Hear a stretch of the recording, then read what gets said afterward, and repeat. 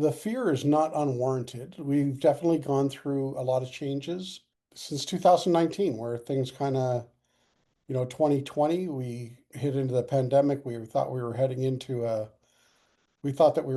trouble. And to make sure that we didn't get into trouble, the Canadian government decided to move into interest rates that are what they would call like to encourage commerce. And so really what happened was in 2020, people were kind of scared to sell their house because we were in the middle of a pandemic and we shouldn't be talking or looking at each other. And how do we do with this? And so listings went way down, but all of a sudden interest rates came way down as well, which kind of spurred a lot of activity in real estate. Spurred a lot of activity in a lot of markets. We had shortages in cars and interest rates were low and people wanted to buy a car and you couldn't get a car. And so, listen, it's not unwarranted to be a little bit apprehensive about what might happen next. Over the last little while, we have been dealing with interest rates coming down. I'll talk a little bit about interest rates as we go through this and try and show you that, in my estimation, and I don't make stuff up. I just look at what the experts are saying and what the industry is doing to kind of show people where we're at and why we are where we're at and where we might be heading. Is it a good time to invest in real estate? Well, what we're going to cover is we're going to look at things like market trends, and we're going to see what's been happening over the last 3 or 4 years and where we're at. And then we're going to be taking a look at some forecasts that are out there in the industry from both the Bank of Canada, economists, and big banks. I don't really trust real estate forecasts from real estate companies because they're kind of one-sided and a little self-preservationists, right? So we want to take a look at the economy as a whole and see what environment is brewing and what will that mean for home buyers and what's that mean for the real estate business, because we still are largely in a housing shortage situation because of the 6 million people that immigrated here in the last little while, which kind of put an added burden on resources. They're putting added burdens on a lot of things that we haven't kept up with, and building houses is just one of them. So we'll also take a look at some of the benefits for buyers right now, and we are definitely in a buyer's market, and then maybe some strategies that you might want to employ yourself to help you in developing maybe your strategy for moving forward if you are interested in buying a house. So today we're going to focus a little bit on buyers, and we're going to take a look at market updates, and we're going to look at the Ontario real estate market. We're not looking at markets outside of Ontario because they do vary somewhat depending on where you're considering buying a home outside of Ontario. But in Ontario, let's just take a look at sales. And if we take a look at sales from 2016 was a good year. 2017, they dropped down a little bit. And that was actually a tough year for real estate. Like when you're here in 2016, I remember selling my house in 2014 for, I think it was 860,000. And then in 2016, that house was worth almost $1 million. But then it quickly dropped back down. And so we kind of got into a little bit more of a normalized market in 18, but started to climb in 19. But this year, 2020, this was low inventory and a high demand because of those interest rates. And it carried through 21 as well. And then in 22, it was right at the beginning when things were like just at their peak. And then everything started to, kind of go down from there. And you can see that real estate sales in 2023 dropped quite dramatically off of the average. And it has slowly been coming back up. And these are sales across Ontario. If you took a look at the average, we usually average about 15 to 16,000 sales, and we're down in the 14 and a half thousand. And that's what's projected for this year. And this is monthly. And this is what's projected for Ontario. We're seeing in September, we were down just about 14,500 versus last September, which was about 14. Year before was about 13 and a, or 12 and a half. So you can see it's progressively getting a little bit better on sales, but here's where the real rubber hits the road. And this is why we are in this declining prices of houses. You can see that inventory, like in 2021, very, very low. And then you see that inventory when people are starting to jump on the bandwagon and say, well, I can get the lot for my house, maybe I'll retire. And you can see that people are like, oh, okay, I'm going to jump in here. Well, then we started seeing listings go up dramatically in 23, 24, and now look at 25. And this is listings, like total listings on the market in the month of September, year over year.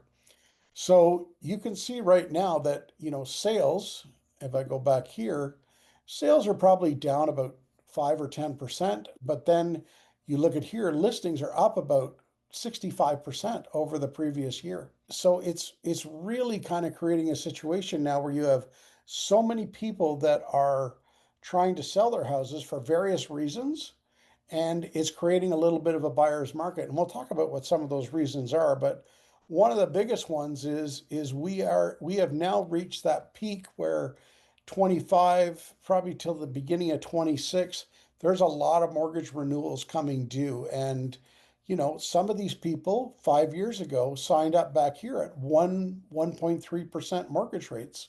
And then that variable rate started climbing and climbing and climbing. And those variable rates went up to like 6.99%. And if you were at 1.3, we heard horror stories where people were going from, a $2,500 a month mortgage to 6,500, $7,000 a month, and they just couldn't afford to keep their house. That was a risk, being in a variable rate. And then there's people that are in those fixed rates that are now coming out of those, will be now be coming out of those fixed rate mortgages at, let's say, 2%. They're going to be coming back out not as bad. I think we're about 3.9%, 4% mortgage rates right now. So the interest rates are double from where they may have started that term 5 years ago. And then we take a look at how is that affecting average prices. Well, you can see that here in 2022, right at the beginning, where my arrow is, that was the peak. That was the average price in Ontario. And you could see how it is seasonal. Prices can be seasonal. So we see that seasonality kind of jump. But here in 25, that seasonality was a little slower to come. And you can see that over the summertime, we definitely hit our low. And for the first time this year, we've actually started to see, I think, these incentivized interest rates are starting to bring prices back up because, inventory is starting to sell. Buyers are seeing these lower interest rates. They want to come back in the market. So you can see there is quite a change in the average price from over the summer to here in September. And not saying that it's huge. Let me just go back there for a second. It's not huge, but prices are still down versus where they were up here at their peak. But there will be a tipping point when things start to move back up. And that will come when inventory starts to balance itself. But right now, I'm going to say right now, people are feeling that we are in a buyer's market and we are seeing houses sell well off of what their asking prices are. And some people are getting on the bandwagon, and we're seeing about 1 in 4 houses are selling each month. So we've got probably 5 to 5.5 months worth of inventory in the market. And as a buyer, you have choices. One of those choices might be, you pick a couple of houses that you like and you try and get your price on the first one. And if you don't find it, there's other selections out there. You can probably find another house that might meet your needs. And that makes it a buyer's market. And you can choose where you want to buy. And because it's a buyer's market, you can start putting things like condition for financing, condition for inspections, conditions for solicitor review. And, we help buyers develop that type of contract that is really focused on what services them and how they can do the best in the offer. And also, you can offer low prices, and in a lot of cases, you're not going to be in competition with other buyers. What's motivating sellers right now? Well, retirement. There's a lot of people. I'm not there yet. Wish I was, but I'm not quite there yet. But retirement is one of those things that's incentivizing people to do things and sell their homes, maybe moving somewhere else. Downsizing. A lot of people are empty nesters, they don't have kids at home. Why do I have this four-bedroom house? And you can downsize. This is a big one, debt consolidation. A lot of people have highly leveraged their homes and they're trying to get rid of that debt, that home equity line of credit. And unfortunately, because some people may have got in a little bit heavy, bankruptcy is creating a lot of issues for some people. Rather than claiming bankruptcy, they're just trying to get out and maybe take it, kind of start clean again and restart. And unfortunately, with an economy the way it is, unemployment the way it is, that is a harsh reality for some people. Not that you can't come back from bankruptcy, but it does take a long time. I think it's about a 9 year turnaround before you can completely get rid of that from your record. And then lastly, one that I've been involved with in my corporate experience is I was moved around the country a lot. And so this is creating motivated sellers out there in the market that are providing opportunities for home buyers that are looking to invest in real estate. If we want to take a look at what housing prices have done this year, this was what housing prices had done so far this year versus the previous year. You can see that we had an overall reduction in house prices of about 3.4%. Certain regions did came up, like the northern region was 4%, came up, and this would be like the Northeast. This would be like Ottawa over to Cornwall, that type of area. And there, they went up 3%. But if you're taking a look at the main population centers of Ontario, this is Toronto, 3.8% reduction. And then down to Windsor here in the Essex County, 0.3% reduction, and then a 1.3% reduction in kind of southwestern Ontario. And then up, just north of Toronto, we are about a 1%. This would be the Kawartha regions and Simcoe County. So you'd be down about 1%. But I'm showing you that because I wanted to take and show everybody what's happening with pricing as of September. And you can see the picture is a little better in some areas, not as good in others. So um, Ottawa continues to do pretty good, down from 3 to 2.8. Northern Ontario continues to do quite well, and this is probably that retirement community looking for a little less expensive place to live in Ontario. This is our Windsor Essex region down in the southern part of Ontario. That is just generally by that ongoing tariffs that are going on and heavy automotive sector. That is really taking a hit down there in that southwestern part of the country. But even, central, like southwestern central Ontario is 0.4% down from 1.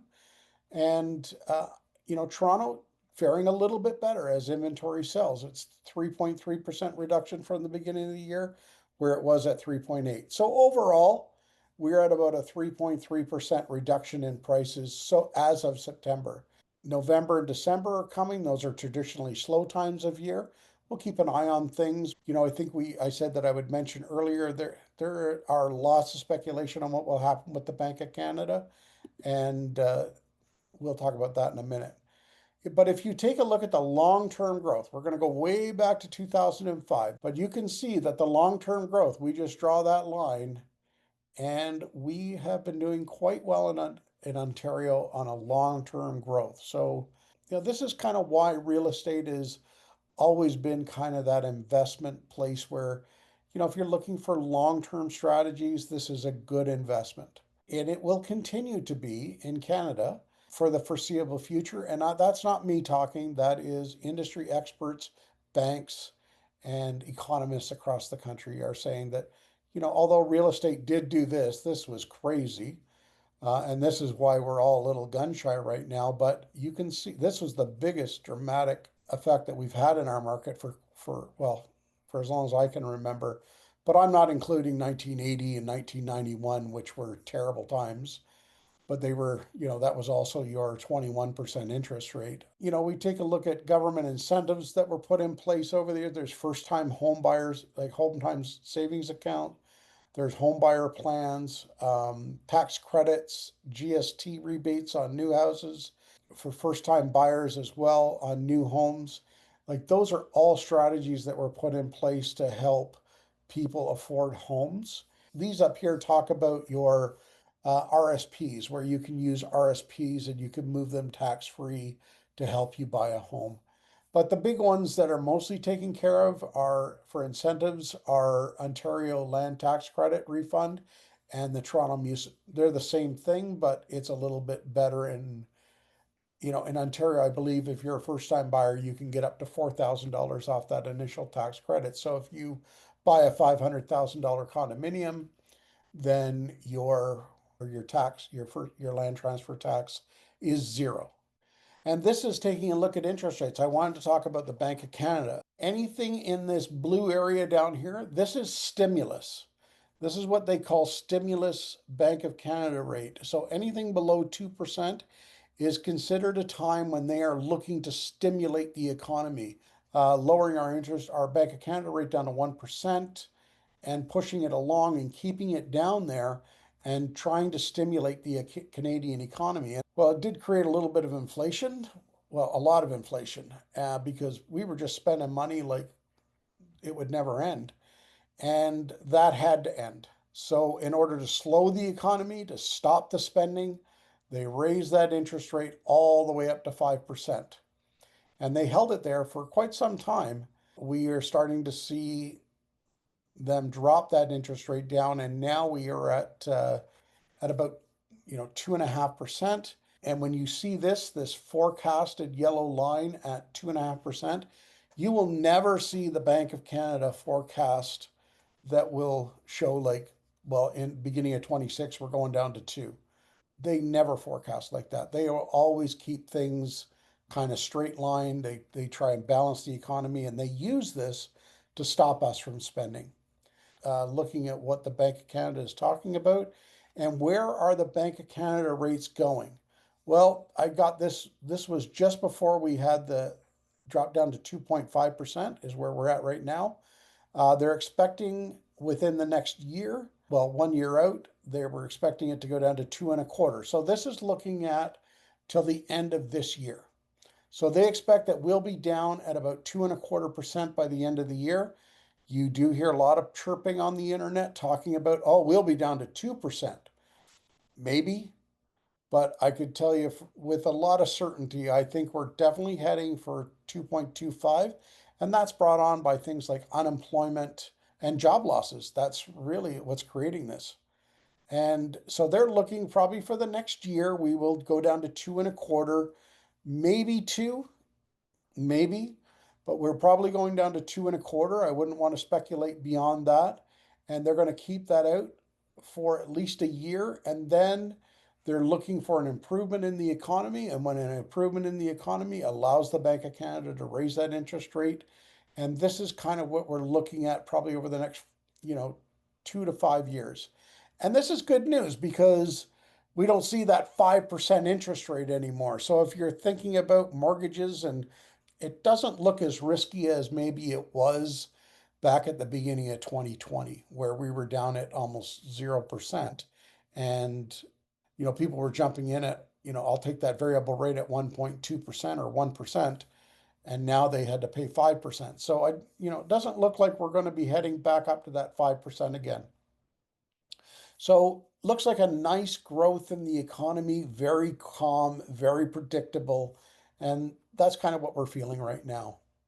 And if we look at the forecasted home prices, they were looking at the low be by the end of this year because of the amount of inventory that's on the market, pull off the market, and they're going to relist maybe here in 2026, where early in 2026. So if you're a home seller, pulling it off for the holiday season is definitely something that happens on a regular basis because you don't want to have people traipsing through your house looking at your home in December while you're getting ready for Christmas because, there's a lot of stuff going on. A lot of people just take it off. Let's just take the winter, let's get settled into the winter, and then come March or April, let's relist our house.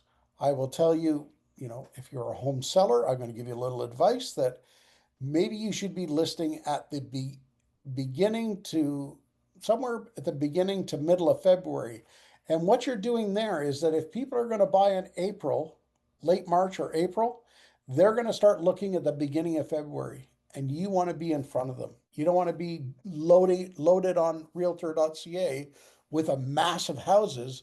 So if you're looking to sell, I think it's a good idea to maybe time yourself for, the beginning or middle of February. And I actually have clients right now that I'm working with where we've taken some pictures of their houses before the snow flies, so that we can get a good look at what the place, show the place in February when we load it in February that it's not covered in snow. That's a couple of little small strategies for home sellers. But today we're talking about home buyers. So if you're a buyer, I think we're getting close, if not have reached a low point. And as inventory comes down and interest rates come down, you will start to see that slow increase in housing prices will start again. And that's what economists are telling us. And this is coming from economists at the Royal Bank of Canada. But right now, I'm just trying to give you an idea of where things might be heading. And this is a good indicator. So if you're a buyer today, some strategies that you might want to employ. Negotiate smarter. And that means that if you are having to sell a house, sell it first. Don't go out buying houses and try and negotiate with somebody, because a lot of houses are being sold with that they call a SBP or an SPP, and it's a sell buyer property condition put in the offer, which means that I'll buy your house as long as I can sell my house. That's not an attractive offer for a seller. A lot of them are forced to take those things, but it doesn't put you in a great position for negotiating on price. So if you can sell a house first, that's the definite recommended way to go. And then you know exactly where you're at. And then you can go out and start looking at what to buy. And there's lots of inventory to do that. So let me explain this strategy. So if you have a firm sale, you have more negotiating power. And you can utilize, and a lot of people will say, well, I don't want to sell my house because I don't want to be homeless. Well, I understand that, and that was a real thing back in 2021, where you could there was that was a big problem. I remember that in the news where people were selling houses and all of a sudden they couldn't find one to buy because they were lined up with 11 other offers or 50 other offers, and it was just a struggle to buy a house. Now, because sales are not like that right now, and there's not a lot of multiple offer or competition going on, it's best to sell your house and then go out and negotiate to buy a house. And if you're worried about being homeless, you can use the suitable accommodations clause to ensure you don't get homeless. And so, what a suitable accommodations clause is if you sell your house, you just include a clause in the final offer of somebody buying it to say that, okay, I want 5, 7, 14 days to go out and make sure that I can buy a house. And this is a great strategy. It allows you the time to go out and find a house to buy and negotiate a good price. And you can go because you have a firm sale of your house, and you can go out and buy a house. And if you buy a house, then you can just come back and remove that clause. Your house is sold, you bought the other house, and it works out quite well. And this is something that I utilize with clients to protect them, to make sure that they're not homeless. If you want more information on that, I just ask that you reach out to me and I can explain that to you. But this is a great strategy for sellers that are looking to sell first, then buy, and then move to their new house. This is a big one: is get yourself approved first before you go out, so that you know. Now, listen, you can still include the clause within your offer to buy to say that it's subject to mortgage approval, to getting your final approval of your mortgage. Because what you'll do is you'll go for your mortgage application and you'll get pre-approved. But the bank is still going to want to see what you buy and give you a final approval, because they're going to assess the value of the home that you purchased, just to make sure that it feels good to them, and they're not going to be at risk. So they want to make sure that you paid a good price for the house and that the house appraises properly. But this is a big thing when you're out looking to buy a house. And right now, you could get let's say you go out today and get yourself a mortgage approval for 3.9%. And then we look over the next 2 to 3 months to find your house, and you have this approval in place. Well, then you have two more reductions in interest rates. Well, we just go back to the bank and they give you the new interest rate. And if they raise the interest rate, well, you're not at risk because you've already been approved at the old interest rate. Those pre-approvals can be up to 120 days. So I definitely recommend that if you're looking to buy a house in the next 4 months, that you put yourself in a position where you're pre-approved.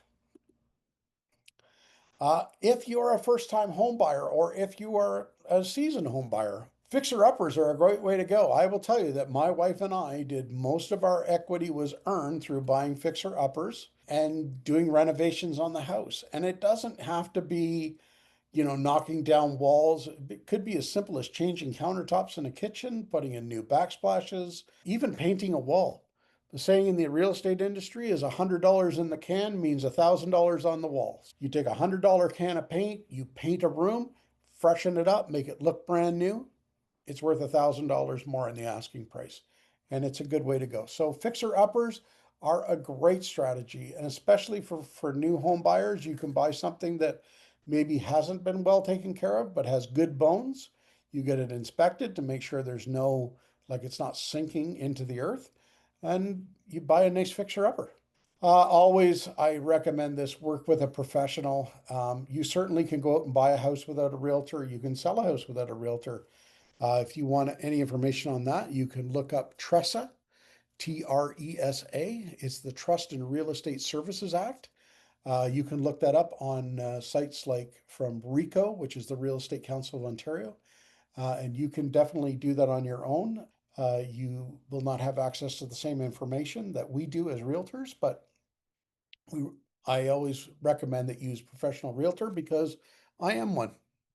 So maybe that's a little self-serving. Even if you're not using a realtor, I definitely recommend that you use mortgage brokers. Banks are great, but again, they are one source. They're going to give you information on their mortgages. Mortgage brokers are very good at providing you with a wide range of options. I always recommend that you use a lawyer when you're constructing a deal, when you're and putting a home purchase together. And I definitely always recommend inspecting a house no matter what. If you don't have a chance to inspect it, then, well, there could be a lot of risk with that. And I'll talk about that here in a second. And I would also, reach out to trades. Trades are pretty slow right now, so there's lots of them available. And there's some pretty good ones. And I can assist with any of these professions or trades. That's a resource as a realtor. We have about 120 people in my brokerage, and we all deal with a wide range of trades that service their clients very well. Last thing I want to mention here, I forgot to put it on the slide, is title insurance.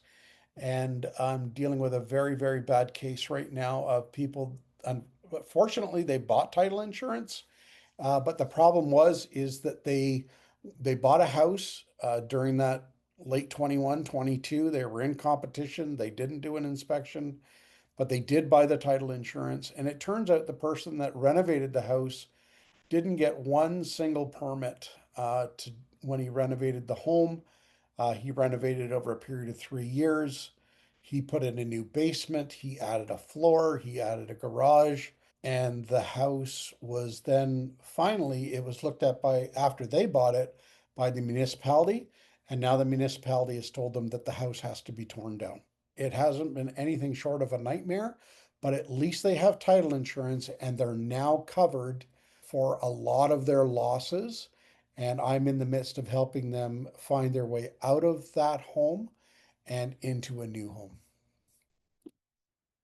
So, in conclusion, key takeaways right now, you have choices. You have a lot of choice. You have value in what you're looking at, and there is long term growth, even in the condo market. And a lot of people will say, Oh, all I hear about condos is a disaster. Yeah, it is a disaster. A lot of speculation in the condo market.